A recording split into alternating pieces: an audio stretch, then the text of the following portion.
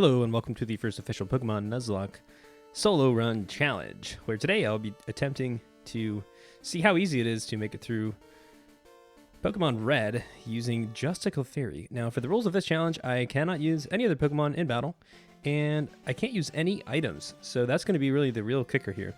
So I get things started off in Pallet Town, going through the rival. Really not too much difficulty here, as Clefairy has pretty good HP, so I'm able to make it through that battle, no problem. Head up to Viridian City, where I take on the rival once more. At level 7, unfortunately get hit with some sand attacks here, and ultimately Pidgey takes me out.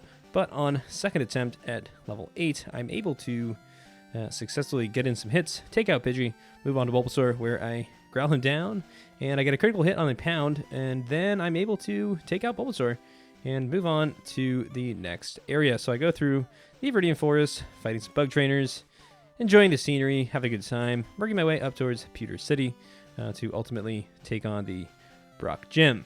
On my first attempt at level 11, I make it past the Diglett. However, the Sandshrew hits me with some sand attacks, and ultimately I do die. Now on the second attempt, I make it up to level 13, which is nice because I learned Sing. So Clefairy is able to put the Geodude to sleep, which is nice. But unfortunately, when it comes to Onix, I discovered something that I did not know before doing this run, was actually that Brock has a bunch of full heals. So he uses them repeatedly to wake his Onix back up, and ultimately hits me with some tackles, and game over. So I keep going back to the grasslands, I level up, come back, ultimately level 18, I do acquire the move Double Slap.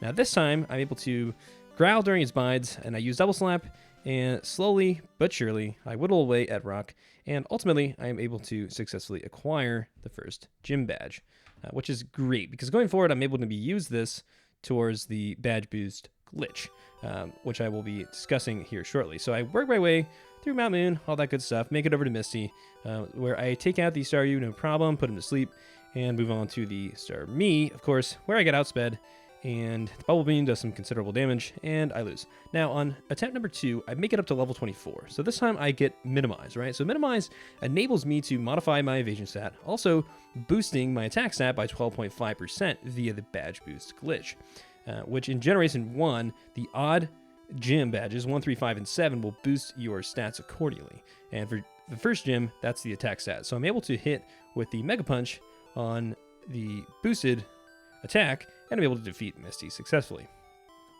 Then I work my way up to the Nugget Bridge, fighting the rival here, and really things go pretty smoothly. Get hit with some sand attack, unfortunately, and then I make it through that. The Abra, of course, only does teleport, so that's not too much of a concern for me. Make it through that battle, no problem. And the Rattata, of course, is not going to be much of an issue either. And then I get to Bulbasaur, where I'm able to hit him with some Mega Punches and take him out ultimately. Moving my way up towards Bill, where I get the SSN ticket, come over to fight the rival once more. So this time, he's a little bit more leveled up. He's got a Pidgeotto now, which is a little bit faster. Definitely got the Eradicate, got to worry about the Hyper Fang. But I got Bubble Beam from Misty, so I'm able to use that. I minimize up, boosting my attack stat, taking out the Gnabra with Mega Punch, and getting me to the Ivysaur, where I'm able to one-hit KO it with the Mega Punch and acquire Cut. Go through and hit Lieutenant Surge. Now, on my first attempt, I'm actually paralyzed, which lowers my speed, and Clefairy already has very low speed, but for some reason, he goes with some X speeds, and I'm able to take him out and acquire the next badge. So I work my way through the Cave of Wonders, getting over to Lavender Town, working my way over to Celadon City, and going to the Rocket Hideout, making my way through the fun little maze of things, acquiring the lift key, going back over, and making my way to Giovanni. So with Clefairy, with Bubble Beam, all I have to do is pretty much press A, and he's not that much of a difficult battle. So I make my way over to Lavender Town to fight the rival once more, and this time he has a Gyarados, which somehow at level 23 knows both Hydro Pump and Dragon Rage, and successfully takes me out. However, on second attempt, I get a little bit better RNG. He comes in with the Bite, messes with Leer, and I'm able to take him out, and one-hit KO the Kadabra, and take out the Ivysaur, no problem. So I pick up the Poke Flute and make my way over to Saffron City to the Silph Co building, where I acquire my card key and once again am faced with another battle with the rival. This time around, the rival has a Pidgeot. I'm able to use the badge boost glitch to boost up my stats a little bit. However, once again I get outsped by the Gyarados, And second time around, I get a little bit better RNG, and I'm able to make it past Gyarados, and Growlithe, of course, goes down without a problem. Getting to the Alakazam, he chooses to use Confusion rather than Psybeam, so I'm able to take that attack, make it over to the Venusaur, where he misses twice with Leech Seed and once with Poison Powder, and I take him out in 3 hits, and the rival is defeated. Taking me, of course, to Giovanni for another battle, where I am faced with the difficult task of pressing the A button to successfully defeat Giovanni. Which, of course, takes me to my battle with Sabrina. Now, fortunately, Clefairy has a lot of HP and has very good special stats, so I'm able to take the Psybeam without taking too much damage, and fortunately, Psychic Pokemon in Generation 1 have very bad physical defense, so I'm able to take out most of the Pokemon with the Mega Punch, get past the Venomoth with some Psychics, taking me to the Alakazam. Now, fortunately, I get a lucky roll here on Psywave and don't take too much damage. He goes with Recover. I'm able to tank another Psybeam and successfully take out the Alakazam, defeating Sabrina. Now, it's at this point that I realize I actually never fought Erika. So I go back and pretty much, this battle isn't too much difficulty. Just, I'm way over leveled and probably should have fought earlier, but, I totally forgot. And yeah, oh well, that happens. So I make my way over towards Fuchsia City, stop along the way, pick up Snorlax with Master Ball, of course. Need somebody to surf on, somebody for strength. Go down the cycling road and make it over to Fuchsia City, pick up the surf, and head over to battle Koga. Now, Koga pretty much isn't too hard here.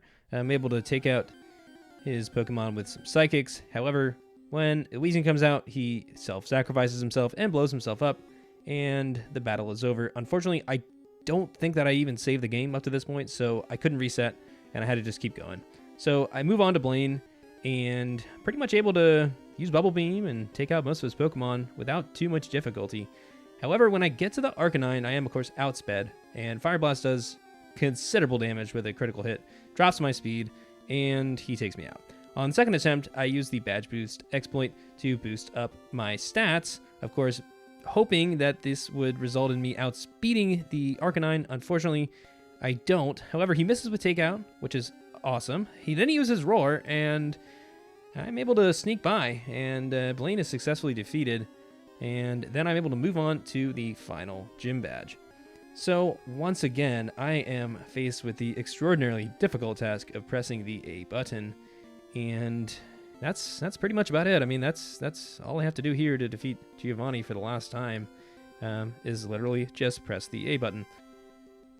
So I make my way over towards Victory Road for another battle with a rival. At this time, he leads off with an Agility. This enables me to set up the double team to use the Badge Boost exploit, and I'm able to pretty much get past the first couple Pokemon without problem. Gyarados, of course, is going to outspeed me, but he goes with Bite this time, and since I've set up the Badge Boost, I can take a Hydro Pump no problem. Growlithe, of course, is not an issue. Alakazam goes with Recover and Reflect once again, and Venusaur does get a critical hit on Razor Leaf. However, second time around, he goes with Vine Whip, which is great because I'm able to 2-hit KO him and head over to the Elite Four. So in the spirit of the No Items Challenge, I set myself out to not be able to use any items during the Elite Four at all. So this ended up actually being considerably difficult. And on my first attempt, I get frozen by Lapras. And the second time, I use the Badge Boost exploit, boosting my stats by 12.5% for every time I use Double Team, which is great. So I'm able to successfully make it past Lorelei on my second attempt, leading me to, of course, Bruno. Now, Clefairy doesn't have the best speed, so I get outsped by the Onix, who considerably doesn't have great speed either, and this does some damage, getting me to Hitmonchan, who of course outspeeds me. I take a Mega Punch and one-hit KO him with the Psychic. However, Hitmonlee, of course, outspeeds me, and the battle is over. On next attempt, he goes with the X-Defend on Hitmonchan, who I'm able to take out, taking me to the Hitmonlee, who misses with Mega Kick. Psychic takes him out no problem. Onix goes down with a nice beam, getting me to the Machamp, who unfortunately takes me out with a submission. On further attempt, I get lucky, and he uses the X-Defend on the Machamp, and that takes me to Agatha. On my first attempt, I get outsped by the Gengar, and hit with a Confuse Ray, unfortunately, dealing some damage to myself. I'm able to make it past the Gengar and Golbat, and then ultimately get taken out by a Nightshade from the Haunter. On my second attempt, I am able to sneak in a few double teams, boosting up my stats just enough with the Badge Boost exploit to be able to take out her Pokemon successfully, moving on to Lance. So Lance leads off with his Gyarados, which of course outspeeds my Clefairy, and that attempt is over. I get lucky to make it back again at level 76, this time with only 76 HP. He leads off with the Dragon Range, and I sneak in some double teams, boosting my stats up just enough to one-hit KO the rest of Lance's team, and this is looking really promising. At level 76, I'm finally making it to the rival. Unfortunately, I only have 31 HP coming into this battle, so my chances of winning are pretty low, but you know, you gotta try. So I double team, getting the badge boost glitch going, then I make a critical error. And I use up my last Ice Beam on the Pidgeot, when I really needed that one for the Rhydon. So I have no choice but to use up the last of my Body Slams to take out the Rhydon, which of course leaves me with 0 PP, and I struggle out against the Gyarados. Finally, at level 86, something miraculous happens. I manage to make it through Lorelei with nearly perfect health, taking me to Bruno where the same thing happens, and then I get to Agatha, and I do get outsped by Gengar, but I'm able to double team up and get a couple critical hits and make it through with 0 damage, getting me to the Gyarados. Of course, I am outsped again, but he goes for Leer, setting up the double team. He misses on a Hydro Pump. Then I do some good damage here with some Ice Beam, and then I'm able to take him out with Body Slam. Of course, at this point, I'm boosted up, so I take out the Dragonairs with the Body Slam, preserving all my special moves for the rival coming up. Take out Dragonite, no problem, and once again, I am back to the rival. So I lead things off with a single double team, just because the Pidgeot goes with Mirror Move, and I don't want my accuracy to drop. That gets me to Alakazam, where I use the double team once again, and he goes with Recover, followed by Reflect.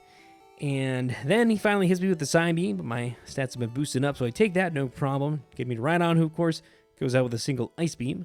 That gets me to Gyarados. Now finally, at level 89, I outspeed the Gyarados. And that gets me to Arcanine, who does outspeed me, but he goes with 2 Leers in a row, and I take him out. Gets me to Venusaur, who of course goes out with a single Psychic, and that is it. The run is finally over after many, many, many hours of grinding. Finally, Clefairy run has made it to the end. So overall, Clefairy run was actually a lot of fun. I mean, despite being normal type Pokemon with really bad speed, it has excellent special, and HP is also a very good strong suit of Clefairy. And, you know, really most importantly, the thing that makes this run really not that bad overall, it's just the incredible move pool. I mean, it can learn so many TMs. In Generation 1, I mean, you pick up a lot of TMs along the way, and Clefairy can pretty much learn most of them. And that gives this run a huge, huge diversity of options. I mean, I could have gone with so many different moves, and a lot of them would have been pretty super effective against a lot of different types, so it really wasn't that bad overall. I mean, the biggest obstacle was just really getting past Brock, and I only had to grind up to level 18, so it really wasn't that bad.